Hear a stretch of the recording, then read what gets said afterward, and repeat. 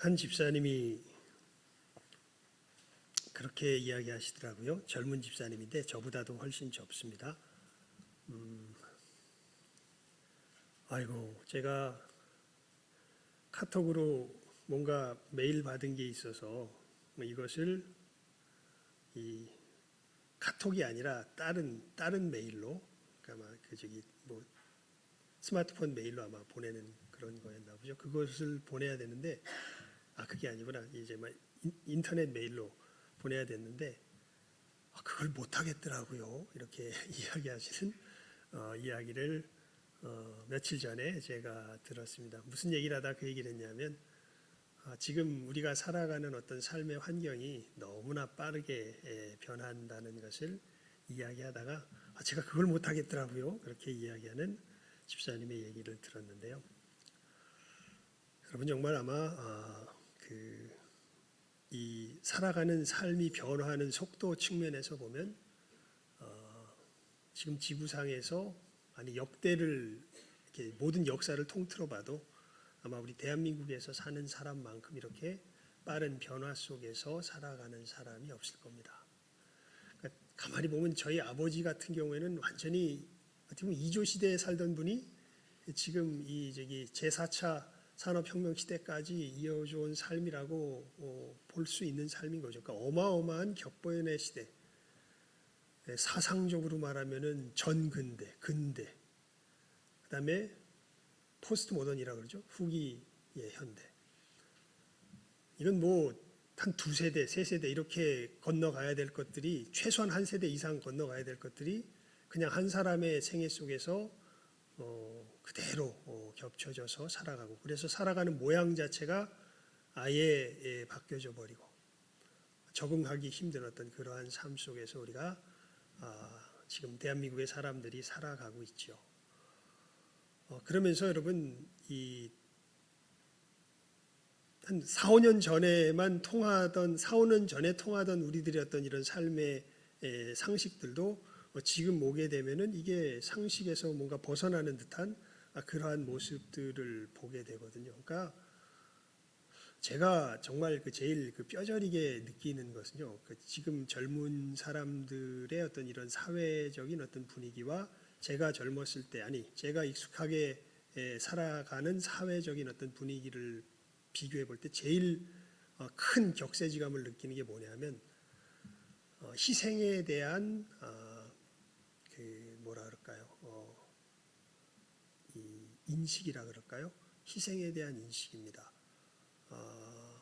제가 살아갈 때는 희생은 잘 하지 못한다 그래도 좋은 것이라고 하는 인식이 분명히 모든 사람에게 있어서 희생하는 건 좋은 거야 라는 인식이 있었는데, 지금 젊은이들의 이렇게 대화를 나누다 보면 희생은 악한 것이야 라는 식의 생각이 훨씬 더 강한 것, 은연중에 밑에 깔려 있는 것. 물론 희생하는 것을 거절하거나 하진 않는데, 누가 희생한다 그러면 그것을 거절하진 않죠. 하지만 오히려 지금 젊은 사람들 같으면 거절할 수도 있겠다라는 생각이 들어요. 그냥 자기가 한 대로 받고 안 하면 안 받고 이런 식의 주고받는 것이 훨씬 더 선명해지지, 희생한다는 것 자체가 덕목이라기보다는 악덕처럼 그렇게 여기는 것 같은 그런 분위기를 볼 때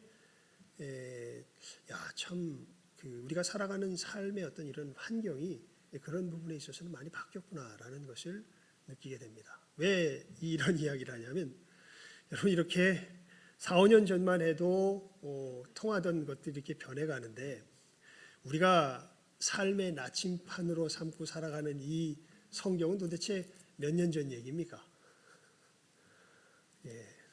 여러분 이게 거의 이 BC 1500년에서부터 AD 100년까지의 사이에 기록된 것으로 우리가 추정을 합니다. 아마 성경 중에서 여러분 제일 먼저 쓰여졌던 책으로 보여지는 것은 창세기라기보단 욥기입니다. 욥기가 아마 제일 먼저 쓰여진 책으로 생각이 됩니다. 욥의 시대가 아브라함의 시대로 생각이 되거든요.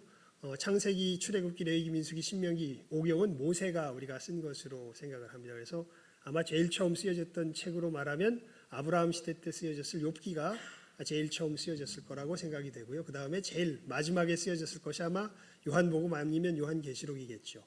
사도 요한이 쓴 책은 AD 100년 정도에 아마 쓰여졌던 것으로 생각이 됩니다. 뭐 어찌됐건 우리가 지금 2023년도를 살고 있으니까요. 가장 빨리 기록된 책도 2000년 전에 기록된 책이고 가장 처음에 기록된 책은 3500년 전에 기록된 책이 바로 이 성경입니다. 그러니까 우리는 지금을 살아가면서 여러분 지금도 무슨 말씀을 듣기 위해서 이 자리에 나와 있습니까? 제 얘기 들으려고 나온 게 아니잖아요. 제가 이렇게 설교를 할 때 설교하기 전에 제일 먼저 하는 게 뭡니까? 설교 전에 뭘 하죠? 성경을 봉독하죠. 왜냐하면 저의 설교는 다른 얘기가 아니라 이 말씀이 뜻하는 것을 제가 여러분들에게 전하는 것입니다. 그래서 이제 하나님의 말씀을 전하는 자로 제가 서 있는 것이죠. 그러니까 사실 우리는 이 시간에 뭘 들으려고 나와 있냐 하면 하나님의 말씀, 이 성경 말씀을 들으려고 나와 있는 것입니다. 그런데 이 성경이 오늘 로마서 같으면은 약 2000년 전에 쓰여졌던 이야기예요. 아까도 말씀드렸죠. 5년 전에 우리가 살아가던 삶의 규율도 지금은 뭐가 안 통하는 시대인데 이거 몇천 년 전 이야기라고요? 2000년 전 이야기가 사실은 우리가 읽고서 이 말씀대로 살아가겠다고 우리가 하나님 앞에 지금 서 있는 것입니다. 이게 어떻게 말이 될까요? 말이 되는 이유는 딱 하나입니다. 여러분, 우리들이 살아가는 겉모양은 막 시대가 지나고 상황이 변하고 문화가 부딪히고 뭐 여러 역사가 진행되어 가면서 바뀌어 나가지만 성경이 말하고 있는 하나님과 우리와의 관계는 아담의 타락 이후 예수님 재림하시는 그날까지 변하는 게 있을까요? 없을까요? 없습니다. 똑같습니다. 그러니까 오히려 3500년 전 그 전의 이야기를 할지라도 이 성경에 나와 있어서 성경이 기록하여서 우리들에게 가르쳐주고 있는 하나님과 우리 사이의 관계에 대한 그 일에 대한 이야기는 전혀 변하는 바가 없기 때문에. 그리고 여러분 우리가 진정한 생명은요, 예수님께서 그렇게 말씀하셨죠. 영생은 곧 유일하신 참 하나님과 그의 보내신 자 예수 그리스도를 아는 것이라고. 그러니까 진짜 삶은 다른 어떤 것이 아니라 내 삶의 현장에서 진짜로 하나님을 아는 것이야말로 진정한 삶인 것을 이야기하고, 이 하나님을 아는 진정한 삶을 살아가는 그 길에 있어서는 3500년 전이나 2000년 전이나 지금이나 변한 것이 있다 없다, 변한 것이 아무것도 없다 하는 것이 성경이 우리들에게 사실은 전제하고 있는 바고 우리가 믿는 바입니다. 그래서 우리가 하나님의 말씀을 듣고서 또 하나님의 말씀을 들으려고 이 자리에 나오는 것이죠. 그러면서 우리 오늘 본문 말씀 함께 다시 한번 읽어볼까요? 시작하면 우리 함께 읽습니다. 시작. 그러면 이제 우리가 그 피를 인하여 의롭다 하심을 얻었은즉 더욱 그로 말미암아 진노하심에서 구원을 얻을 것이니, 곧 우리가 원수 되었을 때에 그 아들의 죽으심으로 말미암아 하나님으로 더불어 화목되었은즉 화목된 자로서는 더욱 그의 살으심으로 인하여 구원을 얻을 것이니라. 이뿐 아니라 이제 우리로 화목을 얻게 하신 우리 주 예수 그리스도로 말미암아 하나님 안에서 또한 즐거워하느니라. 아멘. 아멘 했는데 솔직히 이게 무슨 내용인지 잘 모르겠죠. 예? 일단 말씀을 그대로 읽은 대로 한번 우리가 따라가 보면 이게 이제 예수님의 대속으로 말미암아 우리가 의롭다 하심을 얻었다. 그래서 얻은 것은 이제 이 과거와 현재입니다. 더욱 그로 말미암아 진노하심에서 구원을 얻을 것이다. 이것은 이제 미래에 대한 이야기를 하고 있는 것이죠. 그러면서 이 상황을 다시 한번 부연해서 설명을 합니다. 곧 우리가 원수 되었을 때에 아들의 죽으심으로 말미암아 하나님으로 더불어 화목되었은즉 화목된 자로서는 더욱 그의 살으심을 인하여 구원을 얻을 것이니라. 이것도 마찬가지로 과거에 있었던 그 일을 이야기하면서 미래에 어떤 일이 벌어질 것에 대하여서 이야기하고 있습니다. 과거에 있었던 일이 무엇이냐면 우리가 지금 계속해서 요즘 이 주일 예배 시간에 나누고 있는 예수님의 구원의 이 역사에 대한 이야기죠. 예수님께서 십자가에 죽으시고 부활하심으로 우리의 죄를 대속하시고 우리들에게 하나님과 화목하게 하는 이 역사를 일으키신 것을 말하는데, 이 하나님과 화목하게 된 그것에서 이 구원은 그치는 것이 아니라 화목하게 된 것이 이제 우리들에게 불러올 그 뒤에 생명에 대하여서 이제 오늘 말씀에서는 우리들에게 교훈하고 있는 것을 볼 수 있습니다. 그래서 이렇게 화목되었으니까 그 점에서 우리가 특별히 10절 말씀, 하반절 말씀을 우리가 다시 한번 화목되었은지 그 다음의 말씀입니다. 함께 다시 한번 읽어봅니다. 시작. 화목된 자로서는 더욱 그의 살으심을 인하여 구원을 얻을 것이니라. 여러분, 이건 좀 이렇게 사도 바울이 어떤 한 그 관점에서 이렇게 쭉 이야기하니까 그 개념을 따라가는 것을 설명하는 건 되게 뭐라 그럴까요? 우리가 피곤합니다. 사실 사도 바울의 서신서를 보면요, 한번 이 물리가 터진다 그럴까요? 사도 바울의 어법에 익숙하기 시작하면 이 말씀보다 더 정확하게 우리들에게 복음을 전해주는 서신서가 없습니다. 그런데 워낙 복잡해가지고 이게 터지지 않으면 무슨 얘기인지 이 이야기보다 더 복잡하게 들리는 이야기가 없습니다. 그래서 좀 설명들이 필요로 하죠. 다른 이야기를 하고 있는 것이 아니라 지금 무슨 얘기를 하냐면, 여러분, 우리가 예수님을 믿어서 구원을 얻습니다. 그러면 예수님을 믿어서 구원 얻은 그 뒤의 삶은 어떻게 될까요? 이것을 바르게 깨달아가는 것이 굉장히 중요한데, 왜 그러냐면 복음이 제대로 전해지면요, 반드시 우리가 이런 비방을 받게 되어 있어요. 그게 뭐냐 하면 6장 1절 말씀입니다. 우리 함께 읽어봅니다. 6장 1절이요. 로마서 6장 1절입니다. 바로 뒤에 있으니까 멀리 갈 것도 없습니다. 로마서 6장 1절. 그러니까 우리가 정말 복음을 제대로 전하잖아요. 그러면 이 구원의 은혜 가운데 제대로 거하지 못한 사람은요, 반드시 이 이야기를 하게 되어 있어요. 아니, 구원의 은혜 가운데 거한 사람조차도 어느 순간에 이 부분에서 되게 헷갈리는 상황이 생깁니다. 이 얘기를 반드시 하게 되어 있어요. 이게 뭐냐면 6장 1절입니다. 우리 시작하면 읽습니다. 시작. 그런즉 우리가 무슨 말 하리요? 은혜를 더하게 하려고 죄에 거하겠느냐. 복음의 내용이 꼭 무슨 얘기처럼 들리냐면, 야, 네가 그렇게 구원받았다고 하는 복음의 내용에 의하면 그러면 죄를 더 많이 지면 은혜를 더 많이 받겠네? 그런 얘기야? 이 얘기를 반드시 듣게 돼 있어요. 뭐가 제대로 전해지면, 복음이 제대로 전해지면요. 이 얘기가 만약에 안 들린다 그러면 오히려 의심해 봐야 돼. 내가 복음을 제대로 전했나? 복음을 전했는데 그래, 내가 열심히 살아야 되겠구나, 이런 식의 생각을 하게 된다면 내가 복음을 제대로 전했냐, 우리가 오히려 뭐 해봐야 된다고요?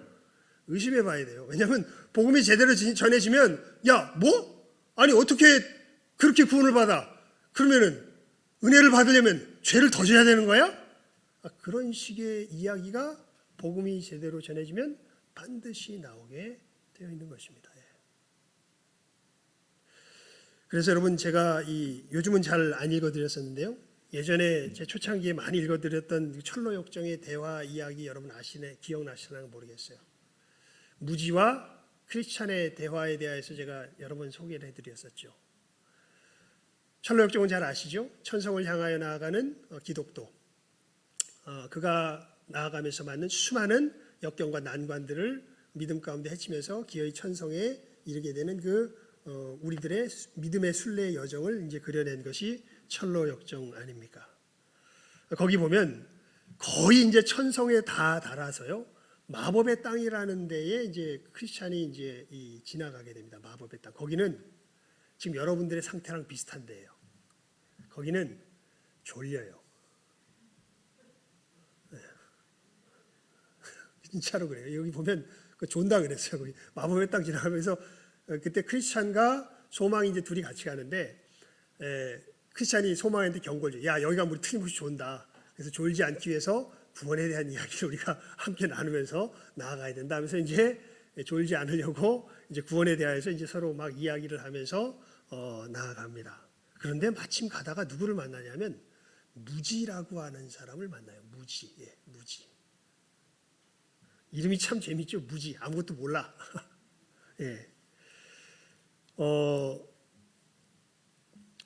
그러면서 이 무지와 이 기독도가 이제 대화를 하는데 놀랍게도 무지도 이 나름 지금 이제 이 크리스찬이 가고 있는 좁은 길을 따라서 천성을 향하는데 거기 같이 가고 있는 거죠. 그러면서 물어봅니다. 당신하고 하나님과의 관계는 어떻습니까? 이렇게 이제 기독도가 물어보니까 좋습니다. 그렇게 얘기를 해요. 좋은 걸 어떻게 하십니까? 그러니까 무지가 그런 얘기를 합니다. 나는 천국을 위해서 모든 것을 버렸습니다. 그래서 당신은 어떻게 그러면은 하나님 나라를 위해서 모든 것을 다 버렸다고 그렇게 확실하게 말할 수 있습니까? 라고 물어보니까 무지가 이렇게 해요. 내 마음이 그렇게 말합니다. 그렇게 얘기를 해요. 그래서 결국 이 무지의 이야기를 들으면 참 놀라운 얘기가요. 무지는 자기 말로는 그렇게 이야기를 해요. 당신 그러면 예수님을 믿습니까? 나는 예수님께서 내 죄를 위해서 십자가에 죽으시고 부활하셨음을 믿습니다. 라는 이야기를 해요. 그런데 결국에 이 이야기 속에서 존 버녀는 이 무지가 진짜로 예수님을 믿는 믿음 가운데 거하지 않고 있다는 것을 사실은 이렇게 폭로합니다. 어떤 의미에서 그러냐면요. 이 무지는 자기가 예수님의 구원을 얻을 구원이 필요할 만큼 악하다는 사실을 몰라요. 그러면서 자기는 예수님의 보혈의 공로를 믿는데요. 이제 그것을 이 크리스찬과 무지가 이것은 뭐 긴 이야기 때문에 여러분들 궁금하시면 여러분들 한번 그 철로역정 아마 책들 다 있을 거예요. 집에 찾아서 이 무지와의 대화편을 한번 자세히 한번 읽어보시기 바랍니다. 그냥 더 얘기하면 여러분들 마법의 땅에 갇혀서 다 좋을 것 같기 때문에 그냥 이 정도까지만 이야기하고 많은 것이 좋을 것 같습니다. 왜냐하면 중요한 얘기는 그게 아니기 때문에 그래요. 구원 이후에 우리 오는 삶의 이야기가 훨씬 더 중요하기 때문에 그렇습니다. 오늘 말씀 속에서는요. 그러면서 무지가 실제로 예수님의 필요성을 알지도 못하면서 예수님을 믿는다고 말하는 가운데요. 이런 식의 대화가 이제 진행되는 것을 보게 됩니다. 진정한 믿음과 무지가 갖고 있는 믿음에 대해서 계속해서 이렇게 비교가 되면서요. 뭐라고요? 당신은 그리스도께서 우리 없이 다만 그의 인격 안에서 모든 일을 이루셨다고 주장하는 것입니까? 여러분, 우리가 지금 이 복음을 증거한다고 할 때 복음의 복음됨에 대해서 이 부분이 정말 중요하다고 이야기한 것 기억하시죠? 그냥 설교 제목으로 제가 달아놨을까요? 이 죄사함은 뭐가 아니다 뭐다? 삭시 아니라 선물이다. 예. 그러니까 완전한 선물입니다. 그러니까 내가 하는 것하고 완벽하게 상관이 없어요. 예. 진짜로 그렇습니다. 우리가 하나님 앞에 의롭게 되는 것은요, 내가 하는 것하고 완벽하게 뭐가 없어요? 상관이 없어요. 그냥 하나님께서 예수 그리스도 안에서 이루신 것을 그냥 마치 거지처럼 하나님께서 주시는 것을 덥석 받아서 누림으로 임할 수 있을 뿐입니다. 그러니까 이런 식으로 지금 주장하는 것입니까? 라고 무지가 이야기하면서 그런 독단적인 착상은 우리 열망의 고삐를 느슨하게 만들며 우리를 마음에 원하는 대로 살게 만들 것입니다. 왜냐하면 우리가 어떻게 살아가든 만약 믿기만 하면 그리스도 개인적 의로 인해 의로움을 얻게 될 테니까요. 그 얘기는 이게 이제 어떻게 보면 진짜 삶에서 이렇게 주장하는 사람이 이건 이단인데 진짜 삶에서 이렇게 주장할 수도 없어요. 근데 처음 복음을 듣게 되면 반드시 이렇게 주장하는 것이냐고 우리가 반론을 듣게 돼 있는 것이 복음의 내용입니다.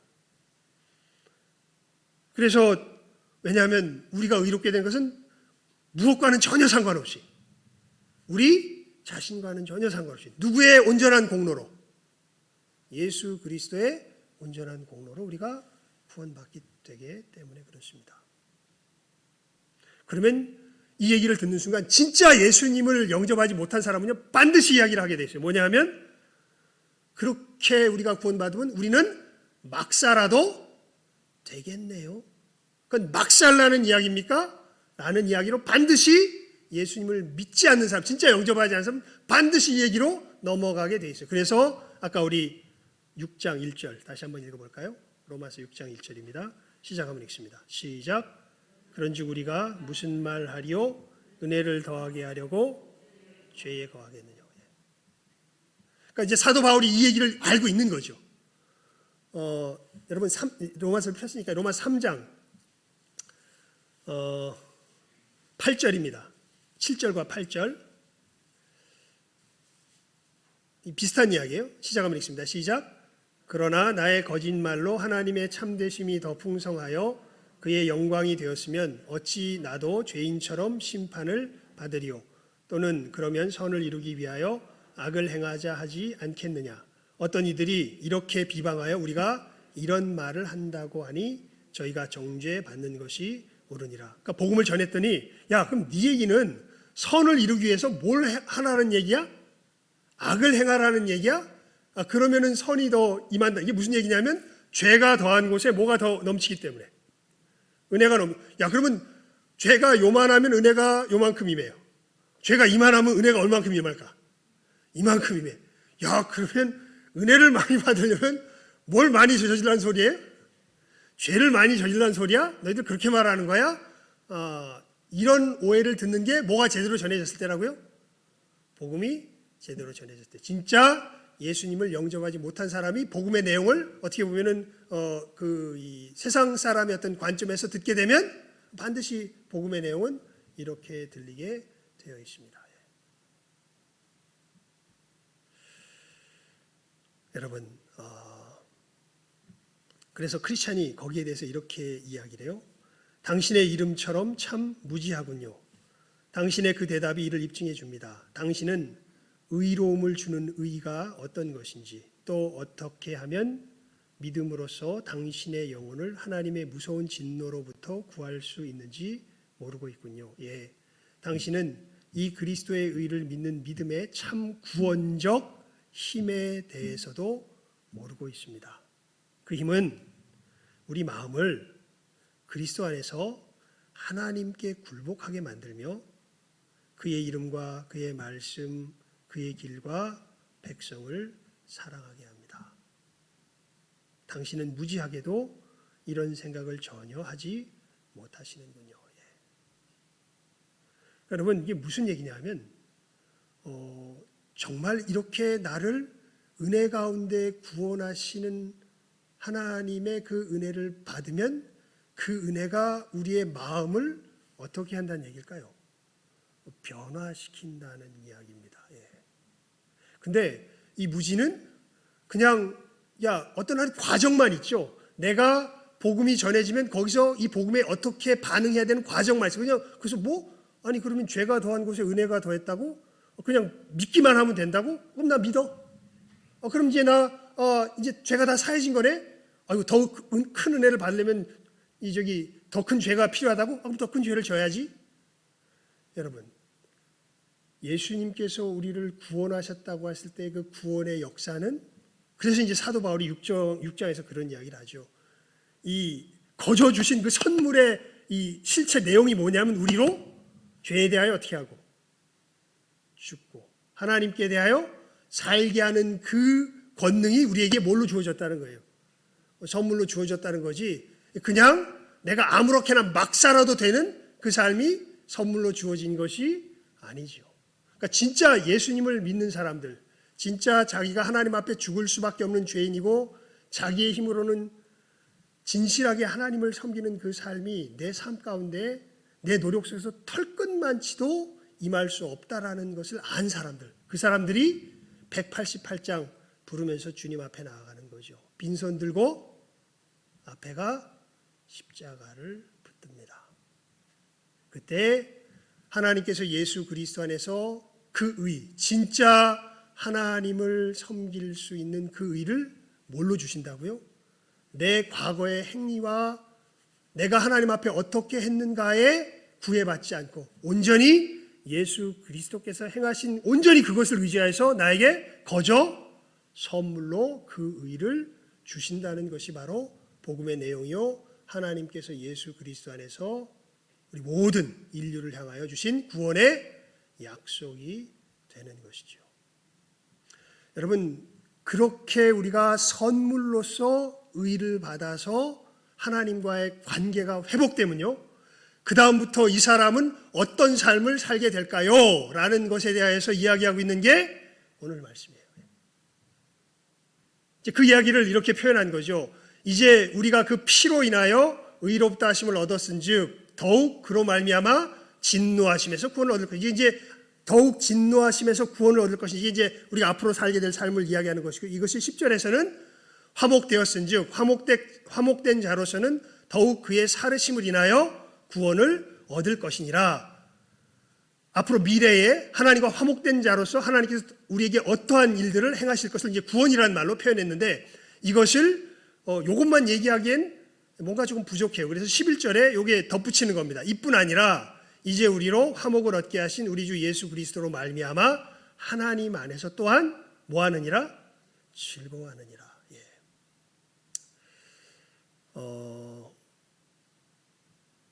간단하게 결론을 이야기할게요. 왜냐하면 이야기하려면 상세한 걸 이야기하면 정말 여기서부터 한이 없어집니다.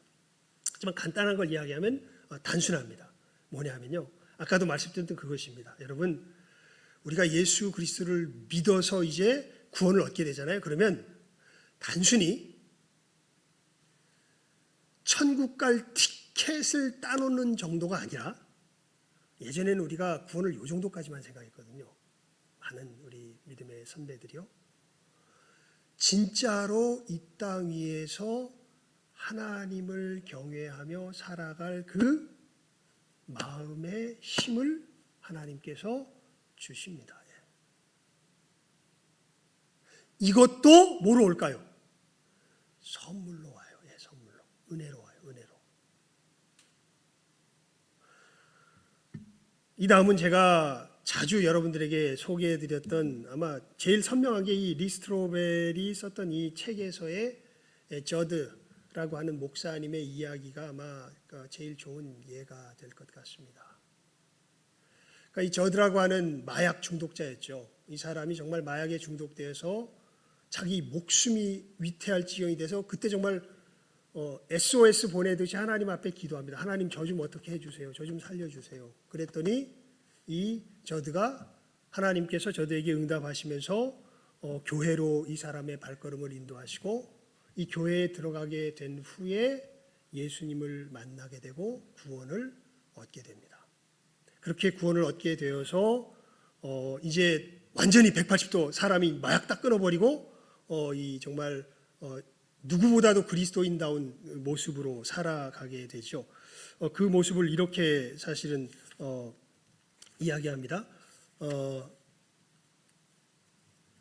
잠깐만요. 예. 아이고, 제가 이게 펴놨다가 저기 뭐야 이거를. 예.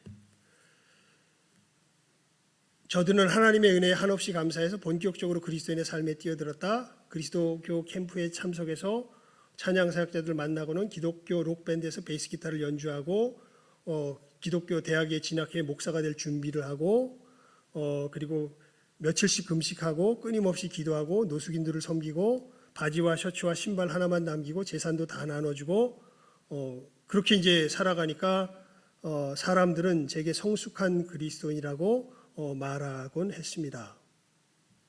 근데 이 사람이 왜 그렇게 했냐면요, 하나님의 은혜로 구원을 얻어놓고선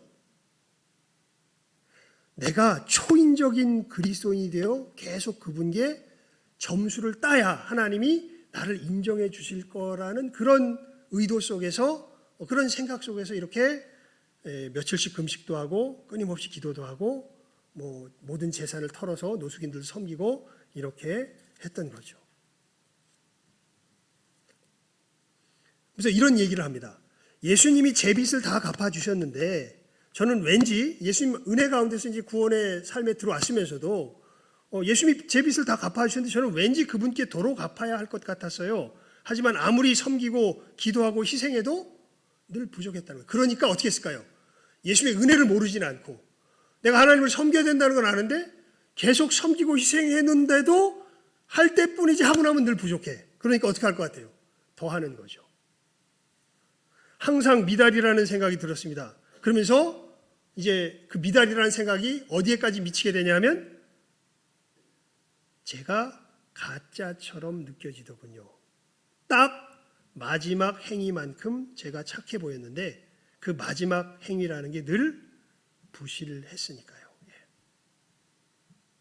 그러니까 여러분 참 아까도 말씀드렸죠. 이게 굉장히 중요합니다. 이것을 우리가 분별할 정말 분별하고 싶어서 분별되는 건 아닌 것 같습니다. 하나님께서 우리가 믿음의 길을 걸어가면서 하나하나 부딪히게 하면서 이제 깨달아 알게 하시는 것 같아요. 근데 많은 사람들이요.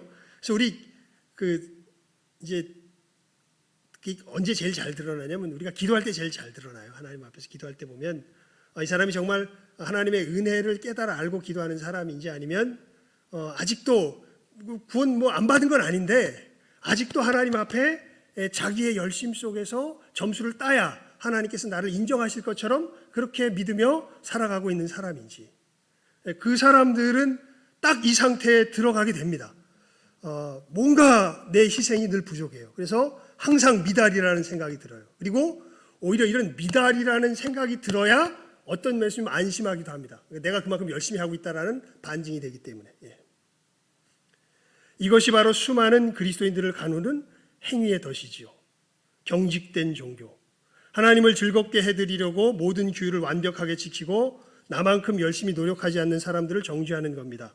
그러다가 결국 저는 탈진했고 좌절감에 비참해졌습니다. 그래서 어떻게 했습니까? 그만두었지요. 그만두다니요. 어떻게 해요? 어느 날 기도했습니다. 하나님, 저 자격 미달입니다. 어차피 전에도 교회 쪽은 아니었어요. 전직이 중독자였잖아요. 기독교가 이런 거라면 못하겠습니다. 그만두겠습니다. 예. 저드가 말한 현상은 기독교의 전염병이다. 저술가 제리 브리지스는 우리는 기껏 은혜로 구원받아 놓고 자기 행위의 땀으로 살아간다고 지적했다. 월터 마샬도 많은 그리스도인이 행위 구원에 중독되어 노력하지 않고도 복을 받는다는 개념을 잘 믿지 못한다고 말했다. 켄 블루는 목사로서 하나님께 합격점을 받으려고 오랜 세월 종교적 재주를 부리다가 출혈성 궤양과 부부간의 불화와 우울증을 자초했다고 고백했다. 어떤 사람들은 탈진하고 화가 나서 저드처럼 그냥 중도에 포기한다. 대학에서 전공을 바꿔서 다른 직업 쪽으로 나아가려고 했습니다. 저드가 말했다. 하나님께 말씀드렸죠. 하나님을 여전히 사랑합니다. 하지만 그 이상은 저에게 요구하지 마십시오. 만약 이 사람이 거기서 중도 하차해서 그냥 신학교 때려치고 다른 직업을 택했다면 이 사람은 목사가 되지 않았겠죠. 그런데 이 사람은 목사가 됐습니다. 즉 이 생각이 바뀌었다는 얘기죠. 그런데 어떻게 생각이 다시 바뀌었습니까? 내가 물었다. 어느 날 요한일서 4장 10절을 읽었습니다.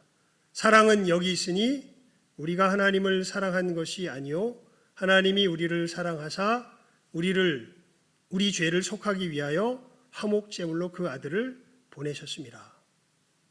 어느 날 이 요한일서 4장 10절 말씀을 읽는데 사랑은 여기 있으니 내가 하나님을 사랑한 게 아니라 하나님이 우리를 사랑해서 우리 죄를 속하기 위해서 화목제물로 예수님을 보내셨다고요. 중요한 건 하나님이심을 그제야 깊이 깨달았습니다. 제가 하나님을 어떻게 생각하느냐보다 그분이 저를 어떻게 보시는지가 더 중요한 거지요. 제가 아무리 선해지려 노력한다 해도 그건 중요하지 않아요. 중요한 건 하나님이 선하시다는 겁니다. 처음부터 그분은 제게 초인적인 그리스도인이 되라고 요구하신 적이 없습니다. 받은 사랑으로 그분을 사랑하라고 하셨을 뿐이지요. 그것이 저를 변화시켰습니다. 예.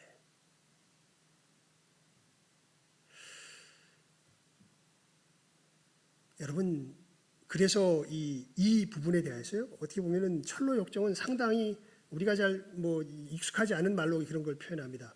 이렇게 이야기하니까 소망이 그 얘기를 크리스천과 무지의 이야기를 쭉 듣다가요, 중간에 톡 끼어들어서 이런 얘기를 해요. 그에게 하늘로부터 계시되는 그리스도를 본 적이 있는지 물어보세요. 그러니까 무지가 거기에 발끈합니다. 뭐라고요? 당신 계시 되게 좋아하는군요. 나는 당신들처럼 계시 운운하는 사람들은 정신이 약간 돌았다고 믿어요. 소망 이야기합니다. 아니 왜요? 그리스도는 하나님 안에 감추어져 있어 육신의 자연적 이해력으로는 그를 파악할 수 없기 때문에 하나님 아버지께서 그를 계시해 주시지 않으면 사람들을 통해서는 그를 알고 구원에 이를 수가 없습니다. 무지가 이야기합니다. 당신은 그렇게 믿지만 나는 그렇게 믿지 않습니다. 내 머릿속에는 당신처럼 많은 변덕스러운 생각이 들어있지는 않지만 그래도 나는 내 마음이 당신의 믿음보다 더 낫다고 확신합니다. 그러니까 크리스찬이 거기에 또 끼어들어서 이야기합니다. 내가 한마디만 하게 해주십시오. 당신은 이 문제를 그렇게 가벼이 말해서는 안 됩니다. 내가 단언하건대 방금 내 친구도 이야기했듯이 아버지의 계시 없이는 어느 누구도 그리스도를 알 수 없습니다. 영혼을 그리스도께 굳건히 붙어 있게 하는 믿음도 그에 넘치도록 크신 능력이 없으면 일을 할 수가 없습니다. 불쌍한 무지씨, 내가 보기에 당신은 이 믿음의 역사에 관해 무지한 것 같군요. 그러니까 여러분, 그래서 결론은 이거예요. 정말 예수님의 그 선물을 받으면요, 주님께서 우리의 무엇을 변화시켜요? 마음을 변화시켜요. 마음을. 진짜로요. 그 변화시키는 힘에 의해서 우리가 살아가게 되지, 내 자신을 닥달하거나 독려해서 우리가 하나님을 사랑하며 이웃을 사랑할 수 있는 힘 가운데 거하게 되는 게 아닙니다. 오히려 거기에 잘못 들어가면 아까 이야기했던 어떤 덫에 들어가게 될까요? 이 저드가 빠졌던 덫에 들어가게 됩니다. 그래서 여러분, 저도 정말 한 10년 전만 해도요, 굉장히 날카로웠던 것 같아요. 훨씬 더 지금보다. 지금도 뭐 날카로운 게 다 없어진 건 아닌 것 같지만 그땐 정말 심했습니다. 무슨 얘기냐면 제가 하나님을 섬기는 어떤 이런 길 속에서 뭐가 조금이라도 어긋나 보이기 시작하잖아요. 그러면은 그 사람을 정죄하려는 마음을 제가 이기기가 정말 힘들어요. 내가 했던 어떤 이런 틀 속에서 뭐가 안 맞으면 뭐랄까, 하나님과의 관계에 대하여서 그 영혼을 불쌍히 여기려는 마음보다 그런 마음이 훨씬 더 강력하게 커지게 돼요. 언제 더 심해지냐면 내가 잘할수록 커져요. 내가 그 부분에 있어서 제대로 거할수록 다른 사람이 거기에 못 거하면 어마어마하게 정죄합니다. 근데 여러분, 진짜 예수님 믿으면 정죄해요? 불쌍히 여겨요? 여러분, 우리가 늘 조금 이따도 기도하겠지만 주기도문으로 기도할 때 늘 주님께서 빼놓지 말고 기도하게 하시는 게 무슨 기도예요? 5번째가 아닌 거죠. 우리가 우리에게 죄 지은 자를 사하여 주니까 우리 죄를 사하여. 그러니까 진짜 예수를 믿으면 저 사람이 잘못된 걸 알아도 저 사람을 정죄해요? 아니면 불쌍히 여겨요? 불쌍히 여기게 돼요. 근데 이 행위의 덫에 빠져들기 시작하면요, 우리는 어떻게 될까요? 불쌍히 여겨야 된다는 걸 알면서도 뭐 하게 돼요? 정죄하게 돼요. 여러분, 은혜 이야기하는데 은혜가 뭘까요? 은혜. 하나님께서 예수 그리스도 안에서 우리에게 권능으로 임하여 우리의 마음을 변화시키는 그 권능이 은혜입니다. 그냥 우리 스스로 뭔가 감동받고 뭔가 마음이 푸근해지고 이런 것이 아니라 진짜로 은혜는 그것이 없는 건 아니지만 훨씬 초월합니다. 우리로 이 진정한 사랑의 삶 가운데 들어갈 수 있도록 우리 마음 자체를 위에서부터 권능으로 임해서 어떻게 해요? 하나님께서 우리를 변화시키세요. 이것이 무엇과 똑같냐 하면, 내가 정말 내 노력으로는 하나님의 의에 이룰 수 없었는데 하나님께서 예수 그리스도 안에서 그 역사를 선물로 주셨을 때, 그 선물을 내가 받았을 때에 이 일이 이루어졌구나라는 것을 경험하는 것과 우리 삶 속에서 이 예수님 안에서 누군가를 사랑하고 무엇인가를 참아내고 무엇인가를 견디며 나가는 이 역사는 그런 의미에서 동일한 길을 걸어가게 됩니다. 우리 요 구절만 읽고 말씀을 맺죠. 로마서 8장 1절에서 4절까지입니다. 우리 함께 읽습니다. 시작하면 읽습니다. 로마서 8장 1절에서 4절까지의 말씀입니다. 우리 시작하면 읽죠. 시작. 그러므로 이제 그리스도 예수 안에 있는 자에게는 결코 정죄함이 없나니 이는 그리스도 예수 안에 있는 생명의 성령의 법이 죄와 사망의 법에서 너를 해방하였습니다. 율법이 육신으로 말미암아 연약하여 할 수 없는 그것을 하나님은 하시나니 곧 죄를 인하여 자기 아들을 죄 있는 육신의 모양으로 보내사 육신의 죄를 정하사 육신을 좇지 않고 그 영을 좇아 행하는 우리에게 율법의 요구를 이루어지게 하려 하심이니라. 그러니까 우리가 예수를 믿어 구원하는 것과 똑같이 그 부분에 있어서는 우리가 예수 믿는 믿음 가운데 우리가 이 거룩한 길을 어떻게 된다는 거예요? 승리하며 걸어갈 수 있다는 거예요. 우리가 여기서 늘 뭐에 빠지기 쉽다고요? 행위에 덫에 빠지기 쉽다고요. 하지만 그 덫에 빠지면 오히려 잘 될 때는 남들 정죄하고 못 될 때는 스스로 어떻게 될까요? 절망에 빠져들어갑니다. 하지만 우리가 진짜 은혜에 붙들려서 살아가게 될 때 여러분 참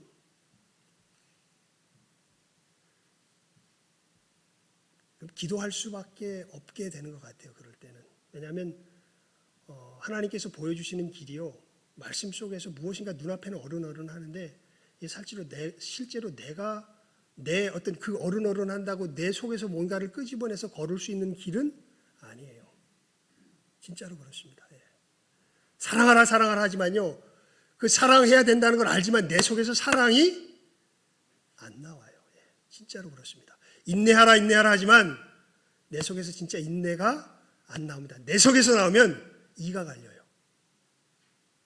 근데 하나님께서 주시면 정말 평안합니다. 그러니까 이 은혜를 이제 예수 그리스도 안에서 우리가 하나님의 사람으로 걸어갈 때 뭐 한다는 약속이 주신다는 약속이 우리가 오늘 읽은 본문의 말씀의 내용입니다. 이제는 화목된 자로서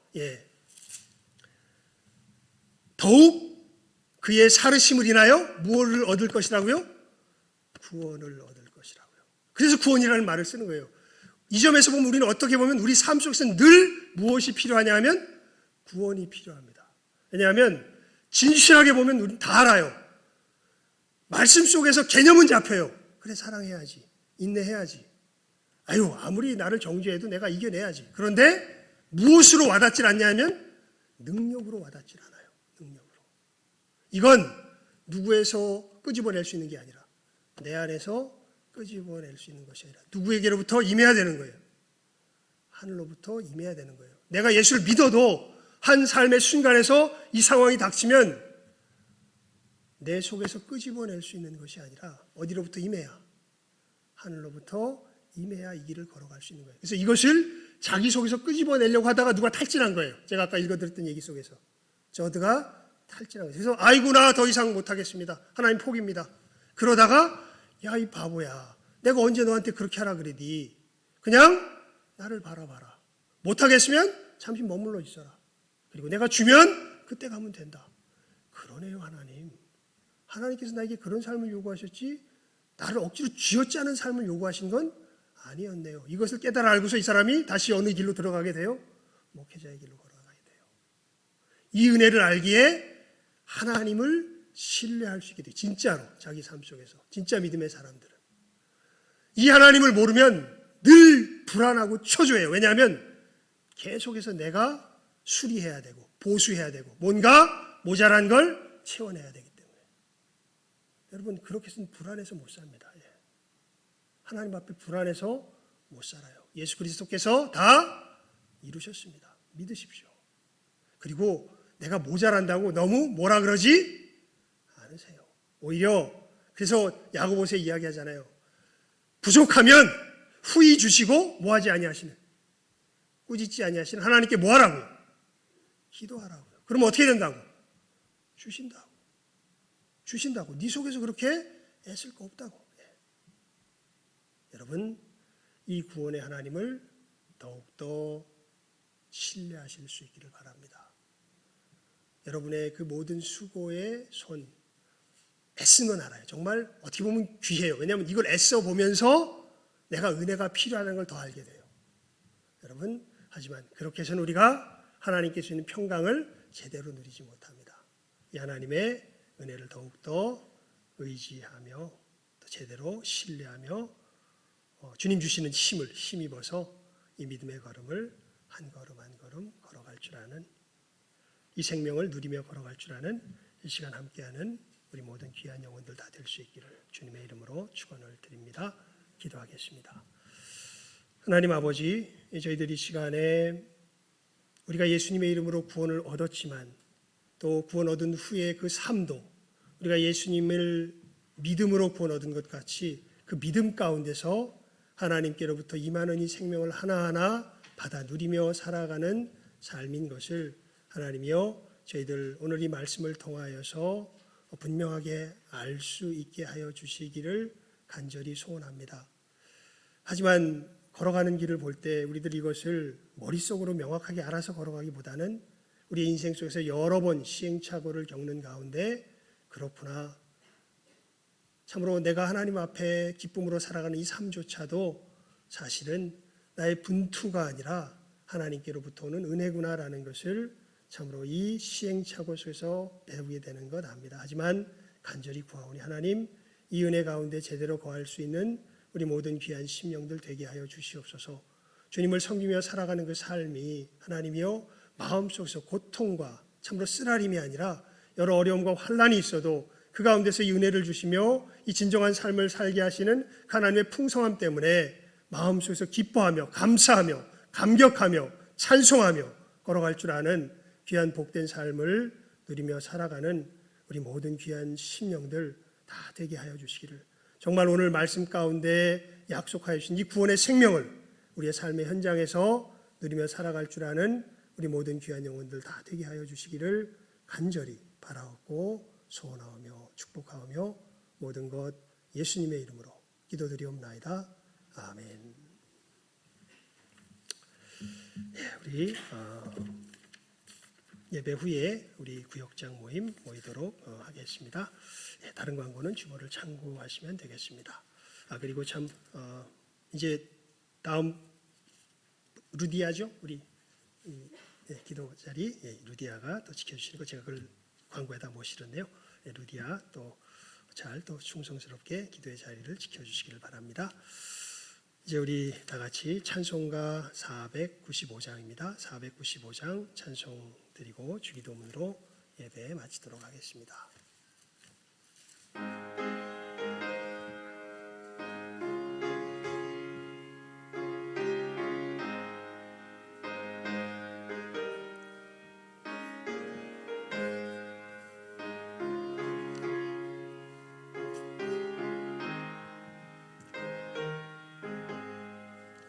내 영혼이 은총 입어 중한 죄짐 벗고 오니 슬픔 많은 이 세상도 전국으로 하도다. 할렐루야 찬양하세.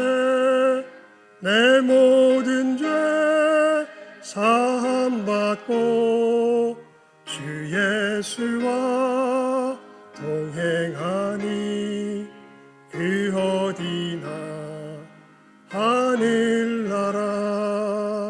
주의 얼굴 뵙기 전에 멀리 뵈던 하늘나라 내 맘속에 이루어지니 날로 날로 가깝도다.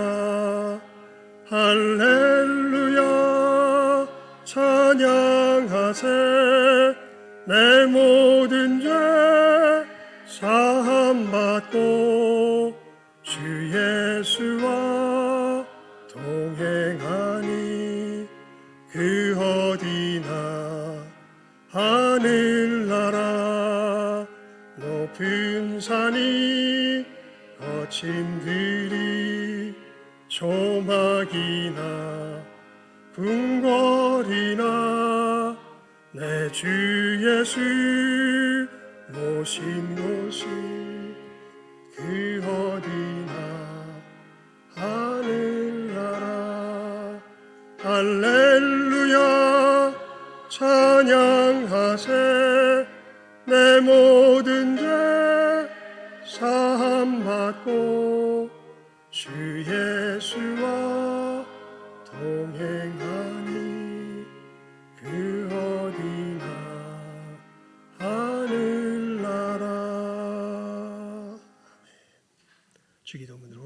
마치겠습니다.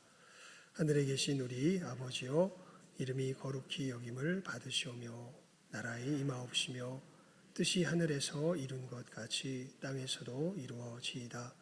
오늘날 우리에게 일용할 양식을 주옵시고 우리가 우리에게 죄 지은 자를 사하여 준 것 같이 우리 죄를 사하여 주옵시고 우리를 시험에 들게 하지 마옵시고 다만 악에서 구하옵소서. 대개 나라와 권세와 영광이 아버지께 영원히 있사옵나이다.